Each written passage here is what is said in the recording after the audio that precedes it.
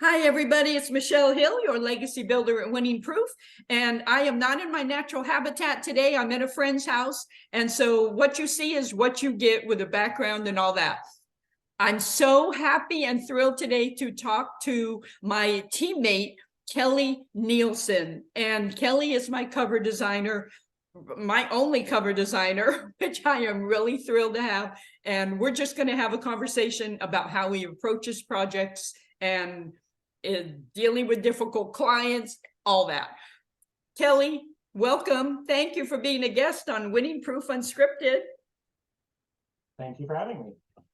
Thank you. Okay, tell people a little bit about your background and how you came to going on your own as an entrepreneur. Well, I spent years as a graphic designer, and I used to actually work with a church. I did all of their media, and then after that, I decided to kind of go out on my own. I was doing photography and video as well as graphic design, and so my wife and I kind of started the company together. We do photo shoots and video shoots together, and she has kind of her own clients that she does graphic design for. Social media, she does a lot of social media for clients, and then I do a lot of a wide variety of graphic design, and a big part of that is book covers and interior formatting. Okay, that's awesome. And a fellow industry acquaintance, I guess, an industry partner introduced me to you, and I have been thrilled. My clients are thrilled with your work and all that. And I'm really thankful for that. So when a new client comes to you, how do you, not knowing the client, not knowing what they want or anything, how do you approach a project? I love to hear straight from the author about what their book is about. If we do it through email, that's one thing. Phone call or Zoom. However we can kind of connect. But I like to hear from the author of what their book is about, and then what styles. I just really kind of open it up for them to tell me, and so sometimes an author has a very specific idea of what the cover should look like. Sometimes it's too specific. They want to try to tell the entire story in a single image. But what I do is I try to listen for keywords, and if I don't hear them, I ask for adjectives. It could be as simple as, contemporary, vintage, corporate, classical, words like keywords like that. And then I usually probe for more information.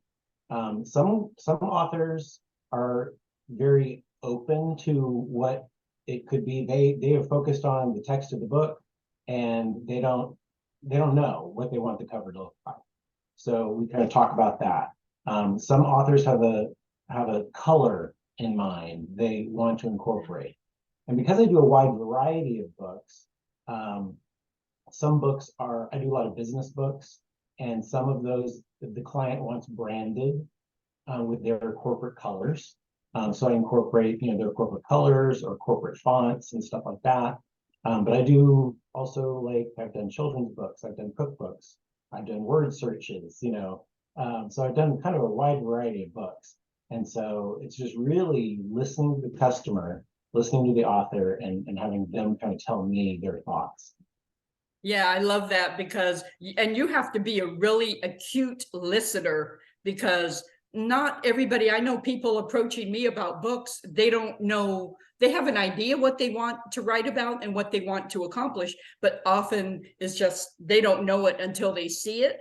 And so what if a client comes to you and says, I have this concept, I want it to be like this, I want it to be like that, look like this, that, have this kind of image, and based on what they're telling you, that's an awful idea. How do you communicate to the client without breaking their spirit, but yet saying, no, we're not going to do that? Yeah, usually what helps is if I offer an alternative. If I know that what they're talking about is going to look horrible or just not work for a cover, I'll try to gently steer them in a different direction, but try to incorporate some of their thoughts. It is their cover. And sometimes it does. It just takes them seeing it. And so sometimes I will design exactly what they asked for, and I will offer an alternative design as well. And often they see the two and go, oh, this one's better. So yeah, that's generally my approach. Yeah, that's the gentle and tactful way to Yes. approach that. Okay, so I want to switch gears just a second and say, how is it working full-time alongside your bride? Do you guys have to go in separate corners sometimes? Do you just get along beautifully? We do have separate offices, so that helps. But we've heard this so many times, where we tell people what we do, and they're like, "Oh, I could never do that," But I don't know.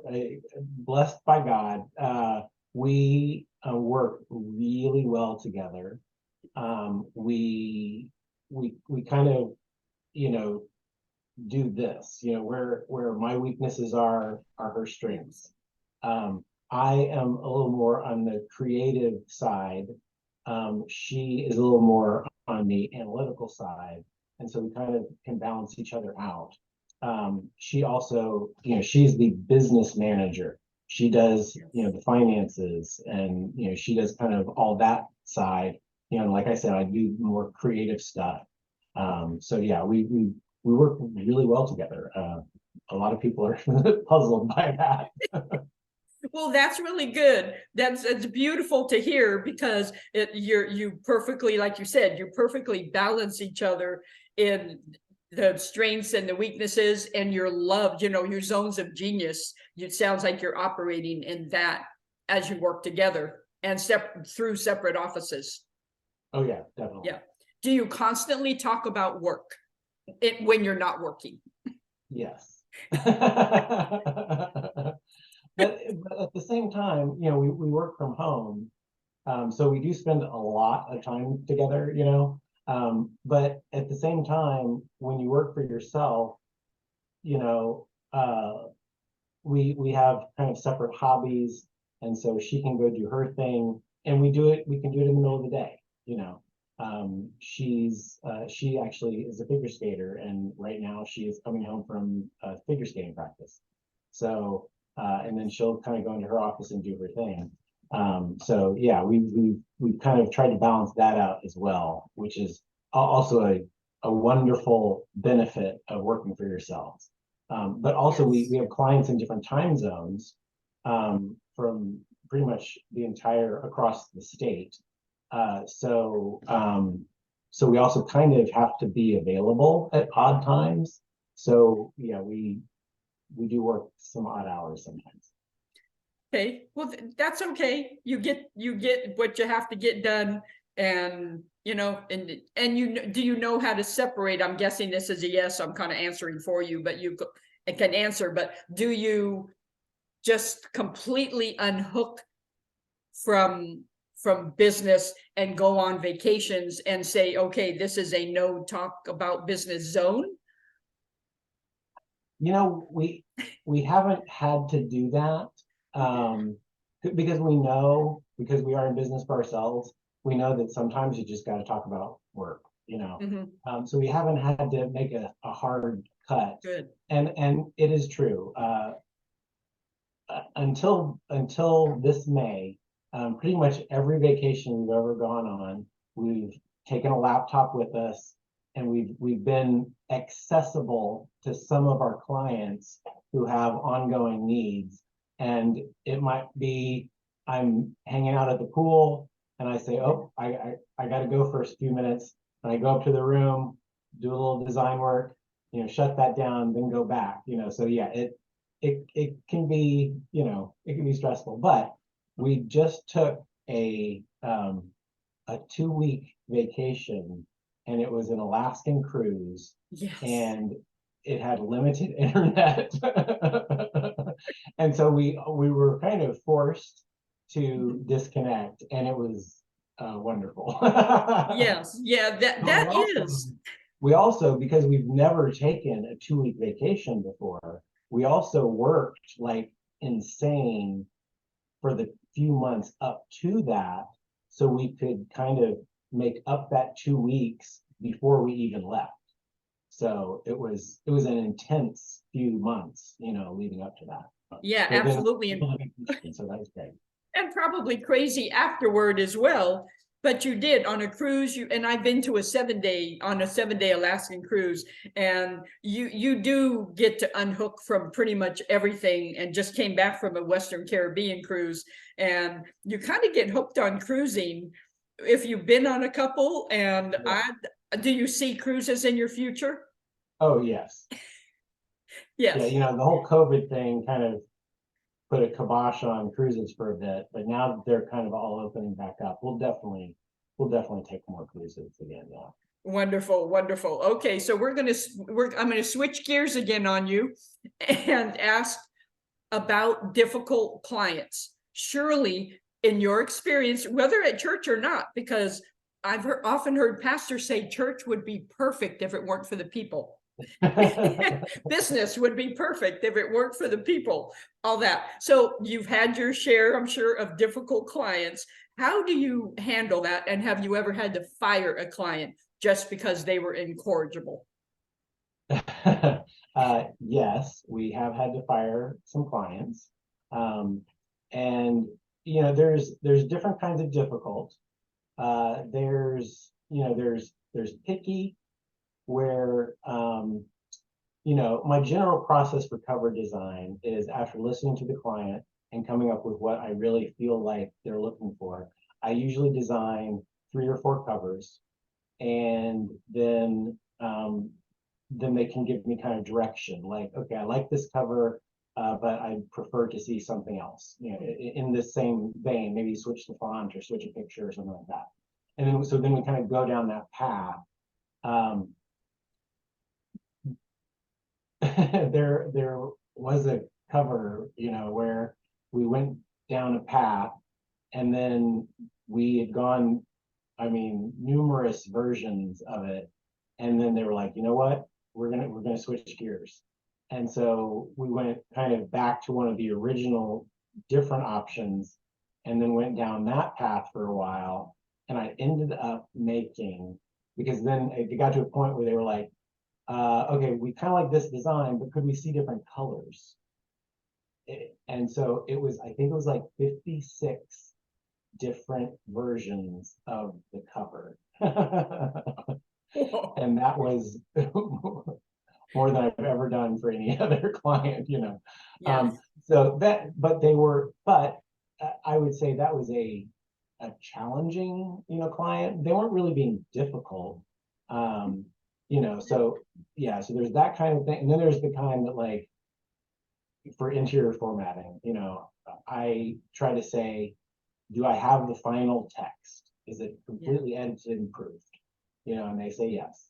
And now I always understand that even there's something kind of magical that happens after I format a document, that when the customer gets it back, they're now seeing it in a different format. And so they see some errors that they didn't catch before. Yes. So I expect that. But when it's like 500 errors that they catch, I'm like, so there's all kinds of difficult. But really the ones that the one that we've had to fire, there were issues with payment, and they changed their mind and then complained, about us, being delayed in changes. And, it's like, it kind of went on and on and on. And talking about, debating the pricing and, all that. So. Yeah. I've had to do the same thing with really high maintenance clients, just Yes. really high maintenance clients, and the time it takes. And I don't think sometimes people realize the time it takes in the creative space, whether it's writing or cover design, that that's our time we're basically giving away for when it goes beyond the project. And I just say kind of like a breakup email, almost like a relationship. I'm going in another direction and it doesn't include you. Yes. And basically I say that in a very tactful way, but I've said that to at least 2 clients. And it is, like you said, always challenging to do that. But sometimes for your own sanity and your own business and your time, our time, we can't get that back. So you have to do that. Teresa is better at seeing red flags, like kind of identifying things early on that, like, oh, you know what, maybe we shouldn't even take this on because here's some red flags that we've experienced in the past that maybe we'd rather not deal with, and so there have been a few times where we've seen that and we've kind of like, oh, you know what, let's not take this on. Yes, and I think it's been the same in my business, is just at the beginning when you're a solopreneur basically, and you're a dualpreneur because you and your wife, but it's you take on anybody and everybody because you're in the building phase, and then you get burned a couple times, and things happen, and then you do become, as you evolve as an entrepreneur, you learn to spot those red flags, and there's identifying questions you can ask that kind of reveal that, and that just saves us a ton of time in the long run. Yeah. So how many book covers have you done? I don't even have an answer for that. Okay. Is it in the hundreds? It's in the hundreds? Dozens? Oh, certainly dozens. I mean, I'm 1, 2, 3, 4, 5, 6, 7, 8. Maybe around 100 or more. Okay. Yeah, and they're all because I've been doing it since 2016, 2017, and so yeah, it might be. It's now that I think about it, I've never really thought about adding that up. I do the same thing. It's like, how many books have you helped with? I don't know. Look, check on my website, And you do have books. You have many of your covers on your website. And tell people, I'm going to ask you, I think we're kind of wrapping up, but I have a couple more questions. So you have on your website, you have many of the covers that you've done. So you do fiction and nonfiction, both. Both. Okay. Yes. Okay. I've got I just picked a few. I mean, I do, like, here's a devotional book that I've done. This is actually a children's book, and the woman hand paints it's hand calligraphy. And I actually took pictures. She sent me her portfolio, and I took pictures of each design. Here's another one of her books. And then fiction. I'm sorry, this is a memoir. So this was an autobiography kind of. And then this was fiction. And the author's brother actually painted a picture. I took a photo of the painting and incorporated that into the cover. Another memoir, daughter wrote about her father. He was a fishing guide in the Keys.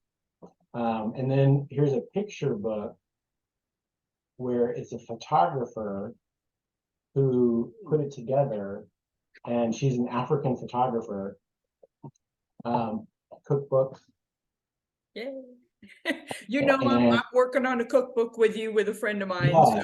And then here's a word search. Okay, word search. Wow. Yeah, so quite a wide variety. And this is just the clients who sent me their books. Okay. Okay. So have you, I mean, with I don't know, with the children's books, if somebody came to you, could you do illustrations, or are you dependent on, okay, here are the illustrations I had an illustrator do. Can you format it on the page? That's more your expertise. Yes, exactly. I worked with illustrators, and what we'll do often is I'll take the text and I'll lay out the text into spots on the page so they know, so the illustrator knows how much text how much text space is needed, and then they can lay out the picture based on that. And I get them the specific specs for the book and stuff like that. So yeah, I work with illustrators, but I don't personally do illustration. That's not my strength. Okay. My strength is more, text layout. With, if you wanted a text-based cover where it's not really much of an image at all, I can kind of lay out the text creatively. And I also modify photos. I kind of blend and merge photos to form new pictures. So okay. So you could take a book that has maybe, instead of the centerfold that a lot of memoirs have with pictures right in the middle, and there's just a group of pictures. Is it challenging as a graphic designer to place those pictures within the book as the person's telling the story? Does that make it more challenging? yeah, a lot of business books that I've done, and you can see some of the layouts that I've done on my website. Some of the business books, business books, sometimes the authors want to liven up the business book with some stock photography.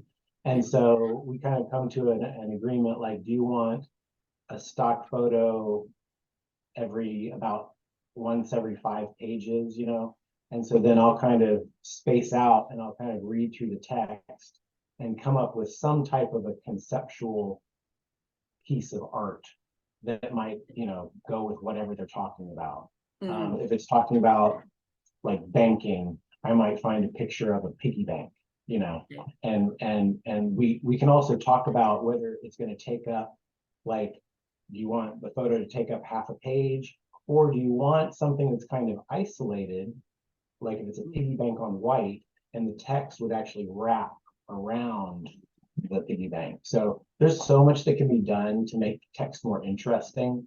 But yeah, a lot of the business books, like you said, like the memoirs, it's depending on what the story is, you've got pictures that go with it. So I prefer that rather than the centerfold. I do too. I think it's more pictorial when you have the pictures that are relating to the story that you're telling. Definitely. Yeah. Okay. That led to another question that I had. Let me think what it was. Okay, so you do formatting. I mean, that you call it, I guess it's layout, but you do formatting. So if somebody has a book that I've written the book, it's been proofread, and they want to come to you with a cover and all that, you can also, based on what you just said, you can do the whole layout of the book. And then if they want to have it published, print on demand publishing, or use this independent publisher, you work with a publisher, I'm guessing, it's all done, but you can do the layout and then work with a publisher to just here you go. It's all formatted for Kindle, for Ingram, all that.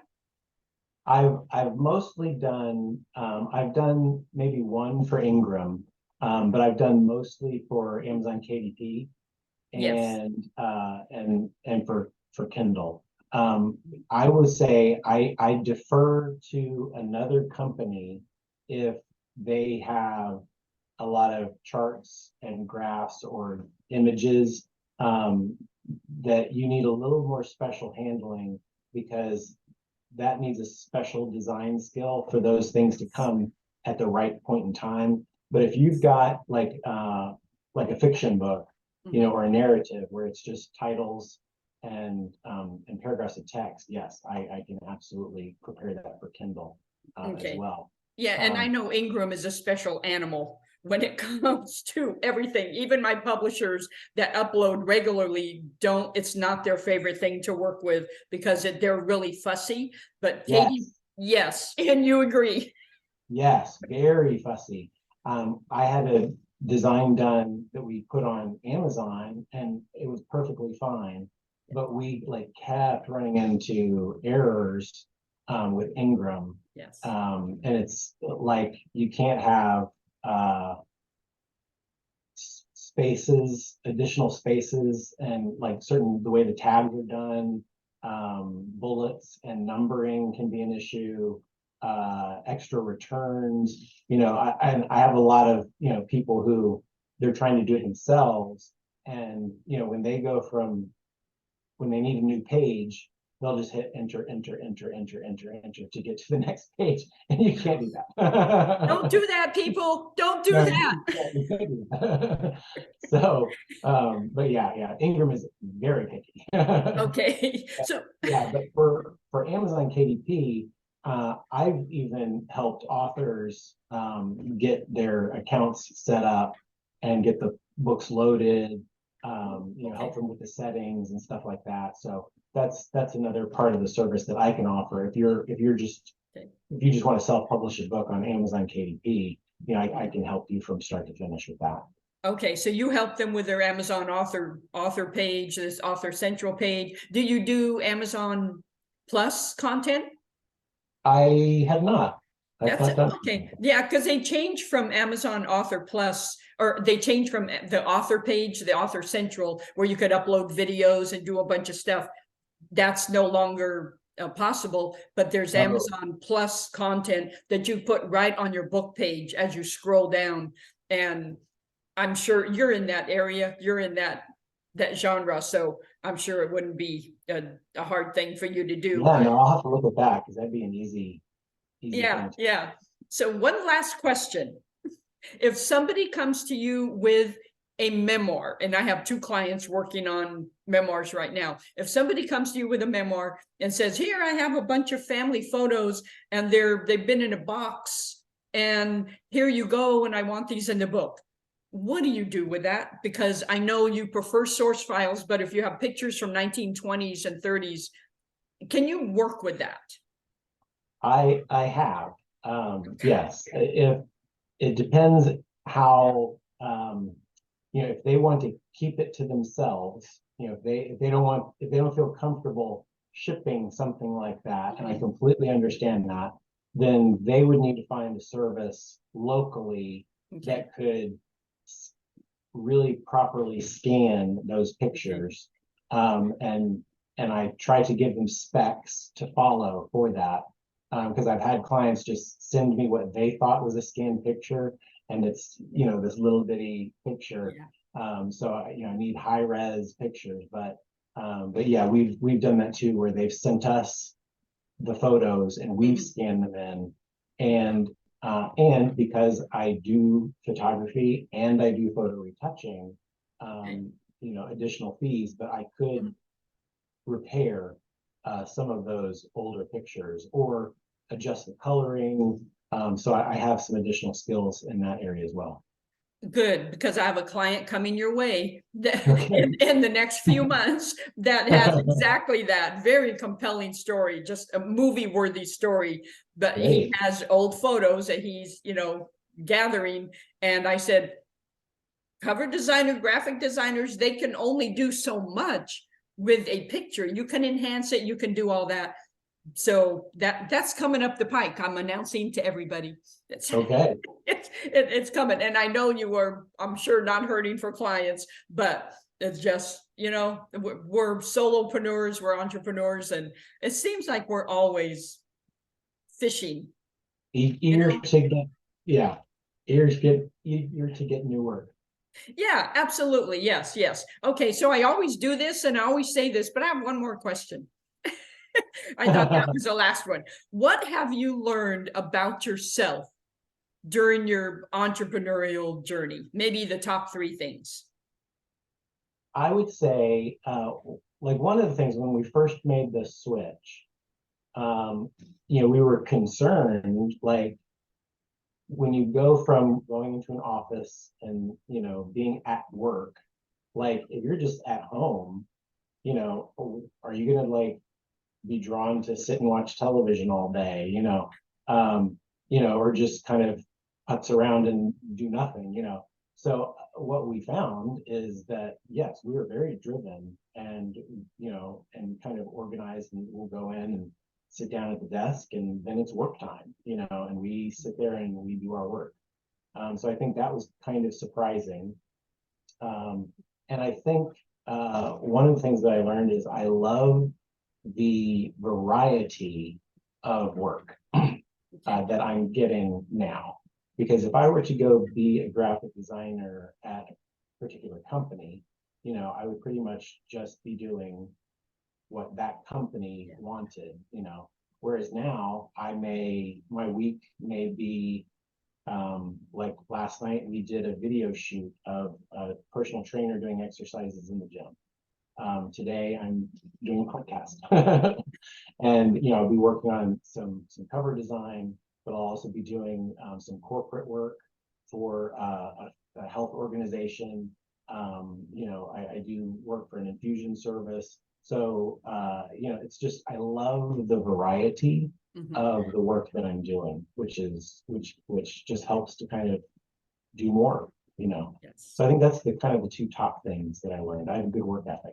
Okay, yeah, absolutely. And it is easy when you're full-time at home, you have to be somewhat self-disciplined and structured. And even though you have the freedom, if you want to put a couple loads of laundry in, if you have an errand you have to do, it's beautiful to just be able to do that and come back to work. I mean, I take a regular lunch period, but then I'm back upstairs in my office, and I know I can't lounge around all day, but some days, just like when you're working, you don't feel like coming in to the office.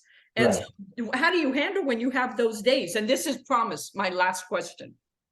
Oh, okay. Yeah, that was That was it. You honestly, you just do it. you just do it.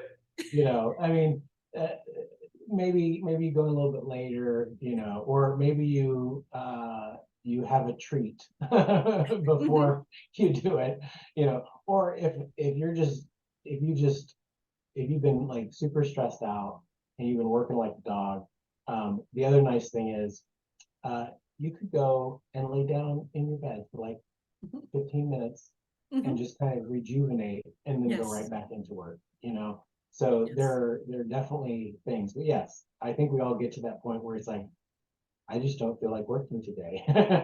I think we all have that. And I've tried to incorporate, I call it a monthly get out of Dodge and detox day, and I'm not always successful at it, but I pencil it into my calendar, and that's when I might go to the local, and I'm not a shopper, but just a shopping center to just walk around and just get out to a different environment. Or I'm big into rewards, self-rewards. So I will go get ice cream or just, a little meal or something, but it gets you out of your environment. And like you said, it does refresh you and kind of revive you.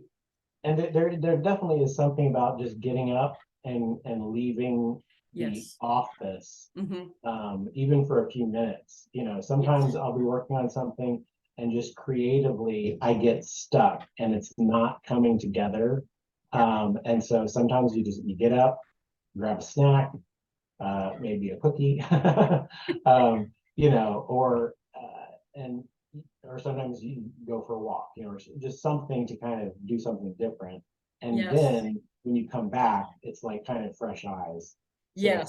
And your mind is still working on it, even if you're, in the recreational mode just for a minute. And somebody had told me, and a local attorney had told me, just the fact of leaving one room and going into another room and maybe even raising your hands or doing something is refreshing. It refreshes your brain. So I understand that. Yeah. Okay. How can people reach you and connect with you? What's your website, your social media? I think you'll probably put this up I will somewhere. The website is studio92 .us, not com, not org, studio92.us. And then you can find us on Instagram and Facebook, and Studio92 and then Tampa. And you'll post the specific, and there's like an underscore and stuff like that. So yes, I will put all of these in the show notes. And since I'm not at home, I will upload these probably tomorrow. And so this will post maybe tomorrow late morning, early afternoon, and we'll go from there. But thank you, Kelly. I really appreciate your time today. I appreciate you taking time. This, I have to tell people, I've slated July of every year since I've been in business, 15 years as of this year, as of July this year, that I thought, you know what? I send my clients all kinds of things like a welcome box, and, I really go out of my way. But I thought, you know what? My teammates, the people that make these books for my clients, I got to show them some love. So I've designated July as Teammate Appreciation Month. And that's why I'm going to be having these Winning Proof Unscripted with my main teammates. And so I just really appreciate as a valued part of a Winning Proof team that, I appreciate you. I value you and your wife, and just am very thankful. Great. Well, thank you so much. Yep. Well, thank you. I think that's all I have to say today. You can reach Winning Proof at winningproof.com and winningproof@gmail.com.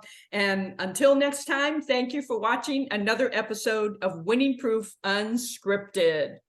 And give me a second, people, because I have to stop the recording on my laptop, which I am not used to. Thank you, everybody.